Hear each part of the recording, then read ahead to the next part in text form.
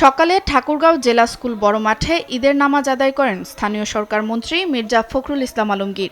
নামাজ শেষে স্থানীয়দের সঙ্গে ঈদের শুভেচ্ছা বিনিময় করেন তিনি। ঈদের শুভেচ্ছা জানিয়ে বিএনপি মহাসচিব ভেদাভেদ ভুলে দেশের স্বার্থে সবাইকে ঐক্যবদ্ধ থাকার আহ্বান জানান। ভেদাভেদ ভুলে গিয়ে দেশের স্বার্থে, মুসলমানদের স্বার্থে, জনগণের স্বার্থে আমরা ঐক্যবদ্ধ হই। বিশ্বের সকল মুসলমান যেন ভালো থাকেন, শান্তিতে থাকেন, যুদ্ধ বিগ্রহের মধ্য দিয়ে তাদের যেন ক্ষতি না হয়, আল্লাহ তাআলার কাছে এই দোয়া করি। চট্টগ্রামের কাট্টলী এলাকায় নিজ বাড়িতে ঈদের নামাজ আদায় করেন অর্থমন্ত্রী আমির খসরু মাহমুদ চৌধুরী। নামাজ শেষে তিনি বলেন, নিত্যপণ্যের দাম সাধারণ মানুষের ক্রয় ক্ষমতার মধ্যে রাখতে সরকার ধারাবাহিকভাবে কাজ করে যাচ্ছে। প্রবৃদ্ধির মাধ্যমে দেশের সাধারণ মানুষ অর্থনীতিতে অংশগ্রহণ করতে হবে, অর্থনীতির সুফল পেতে হবে। তো দ্রব্যমূল্য যদি তাদের আওতার বাইরে চলে যায়, সেখান থেকে তো তারা বঞ্চিত হয়। আমরা চেষ্টা করছি যে দ্রব্যমূল্যকে নিয়ন্ত্রণে রাখার জন্য। নিন মজাদার গোলমার্ক পপ, চুরমুরে বাইটে ফুরফুরে লাইফ। সকাল ৮টায় নরসিংদীর মনোহরদী সরকারি মডেল পাইলট উচ্চ বিদ্যালয় মাঠে ঈদের নামাজ আদায় করেন স্বাস্থ্য ও পরিবার কল্যাণ মন্ত্রী সরদার মোহাম্মদ সাখাওয়াত হোসেন বকুল।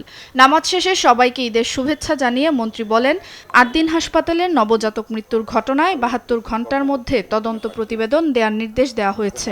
তদন্ত কমিটি গঠন করা হয়েছে আমাদের ডিরেক্টর হসপিটালের নেতৃত্বে। ৭২ ঘন্টার ভিতরে তার রিপোর্ট প্রতিবেদন দাখিল করবে। তদন্ত রিপোর্ট পেয়ে আমরা সার্বিক সিদ্ধান্ত নেব। মাননীয় প্রধানমন্ত্রীর সাথে আলাপ।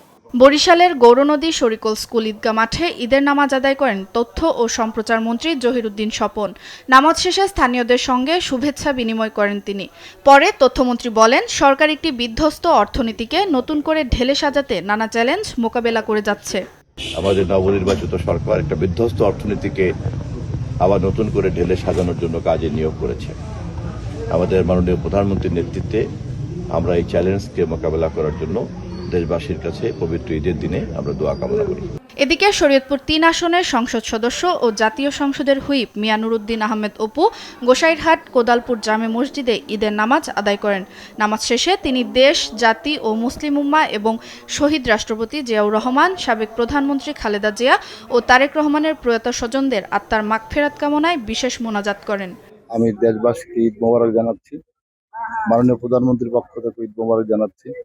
সবাই আজকের দিনটা যাতে সুষ্ঠু এবং সুন্দরভাবে আনন্দময় হয়ে উঠুক, এই জন্য আল্লাহর কাছে দোয়া করছি। এবং সুপ্রিয়া তৃষা, নিউজ ডেস্ক, দেশ টিভি।